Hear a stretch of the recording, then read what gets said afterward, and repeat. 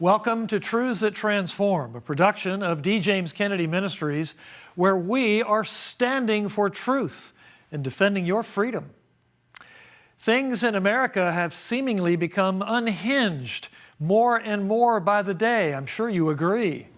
Less than a decade ago, all major parties for president affirmed that marriage is only between a man and a woman. Now, in 2021, same-sex marriage is legal. It's considered hateful to connect gender and biology, and our political environment has become increasingly violent. This is what happens when a nation loses its moorings. And that's why we have brought the Providence Forum into our family of ministries.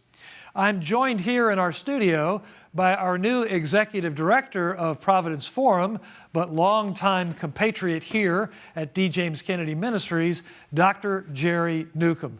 Jerry, welcome. Glad to have you in here again today. Thank you so much, Frank. Jerry, you know this quote maybe better than I do. It was Woodrow Wilson who said, "A nation that forgets where it's come from doesn't know where it's going." And he went on to basically postulate that the loss of connection to our history is very detrimental to our future.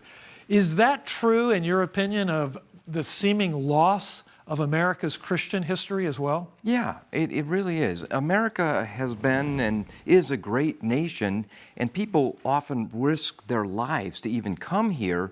Even to this day, that happens. But when you isolate, well, what is it that has made America so great? Ultimately, I would say that it's the Judeo-Christian heritage that has made America unique. It's that the founders said, as imperfect as many of them were, and they didn't all believe in Jesus, but most of them did, the vast majority, but they said our rights come from the Creator. And God-given rights are non-negotiable, and that's why America has enjoyed so much freedom. But obviously, a lot of this is at risk if we don't get back to our true heritage. Yeah. Do a little quick contrast for us. I mean, any nation is founded upon principles. Yeah. And the biblical principles that undergirded the founding of America are attempting to be replaced by what's the principles of the left? What is there, and how does that contrast with the founding? Well, ultimately, it would be Marxism.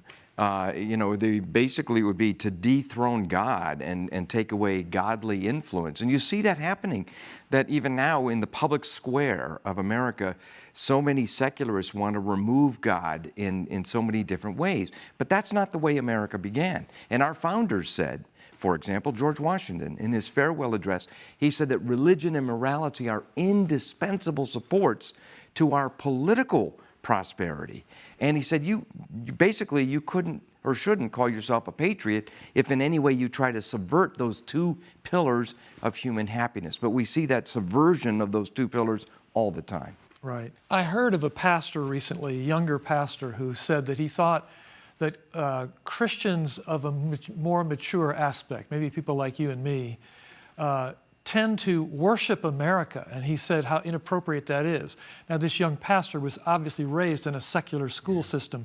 He's got that wrong, doesn't he? Christians don't worship America. We worship the God who was kind enough to birth America as a nation that certainly blessed those of us who live here, but has blessed the entire world as well. That is so true. And if you look back at the original charters and documents that were being created by the Puritans and the Quakers and the Pilgrims before them, the people that actually founded the different colonies, you see the role of the Christian faith being played over and over and over. Providence Forum is all about remembering God's acts in American history. And George Washington said in his first inaugural address that no nation should be more grateful to God than we are, or we should be, because it was through God's help that we even became a nation. Jerry, expand on that a little bit. You yourself are a historian. Dr. Peter Lillback, a noted historian. You history guys like to stand around and talk about stuff that's old, dusty old history, what happened back in the day. But it matters what happened back in the day. Why? Why does it matter today? It matters because that's what created America and the freedom that we all enjoy. As Dr. Paul Jaley of the Plymouth Rock Foundation likes to say, Americans like the fruit of the freedom of our Christian roots, but they don't like the root of the freedom of our Christian roots. In other words, they don't like the Judeo-Christian heritage, and the ACLU and the Southern Poverty Law Center and Freedom from Religion Foundation, groups like this are constantly trying to chip away at our Christian heritage and cut us off from that. But as you said earlier, a nation that does not remember what it is or what it was yesterday does not know what it is today, nor where it is going. And you see, this battle over history is really important. Right now, the #1 book on Amazon is 1984 by George Orwell. And one of the things he says in that, he talks about how who controls the past controls the future, and who controls the present controls the past. Right now, those basically cultural elites that control our past, they're rewriting American history, and it's a totally different story, and it's one that's going to lead us to non-freedom and lots of bloodshed. And you know, I've often wondered, why did God allow Nazi Germany, the National Socialist Party, Hitler and so forth, why did he allow that and all the bloodshed that happened? Why did he allow the Soviet Union, which killed even more people than the Nazis did? Why did God allow that? And I think part of the answer I've come to is so we don't go down that road again. We don't go down the road of a godless construct. You see, Dr. Kennedy once said, in a secular state, there's no appeal to a higher authority than the state itself. Right.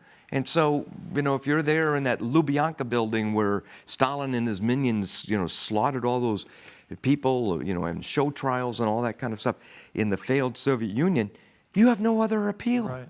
Whereas the founders said, you know, it is God that is the source of our rights. And when men forget God, that's when tyrants forge their chains. Well, Jerry, as we celebrate George Washington's life this week, and we're offering George Washington's Sacred Fire as an important resource to our supporters and viewers, you've prepared a segment that kind of guides us into the depths of that understanding. Let's take a look at that together. Mm-hmm. When Washington was talking about what the country needed, he said, we need to look to Christ. In fact, George Washington modeled his life after Jesus Christ. And he held to this view throughout his life and throughout the Revolution that the hand of God was in how everything developed. And he called it as the result of the interpositions of providence. And so he really saw that God's hand was there. George Washington was an outwardly religious man, but in the last several decades, many scholars have labeled him as a deist as opposed to as a Christian, despite the fact that he attended Christian worship services throughout his life, even when it was inconvenient to do so. Well, George Washington was very serious about his Christian faith, and he expressed that in his official orders. He called for days of prayer and fasting in the Army. When he was sworn in the first inauguration, he set a tradition that's been followed to this day by adding to the swearing-in oath, "So help me God," and then he concluded that ceremony by bending over and kissing the Bible. So this was clearly a man to whom Christian faith was paramount, and it was really the driving force and foundation of Washington and his personal approach to life and to leadership. I love George Washington since I've studied him through the years. As the general of the now victorious army, he was writing to the 13 independent governors, and he said, "I now make it my earnest prayer that God would help you to do justice and love mercy." And as he's quoting Micah 6:8, he doesn't say, "And walk humbly with your God as we expect." He says, "Do justice and love mercy and imitate the divine author of our blessed religion." He's talking about Jesus Christ. And he says, if we don't follow him in his basic moral principles of conduct, we'll never be a happy nation. Now that's amazing. I'm reminded of George Washington's farewell address. This is his parting advice to the nation, in which he says, of all the habits and dispositions which lead to political prosperity, religion and morality are indispensable supports. And so Washington believes that if we're going to thrive as a nation, if we are going to be politically self-sufficient, if we're going to be a self-governing people, we have to be a moral people. And religion is the wellspring of that morality. Jerry, illustrating, yes, how dangerous it is to cut ourselves off from our roots. And yet people today are saying, what does George Washington have to do with today and me now and my life and the future of America? He has a lot to do with it, doesn't he? Yes, he does. I mean, as you said, he's the father of our country. And he said that unless we, as Americans, imitate the divine author of our blessed religion, meaning Jesus Christ, we can never hope to be a happy nation. So I've got two questions for you. One, are we imitating Christ as a nation? No. And two, are we a happy nation?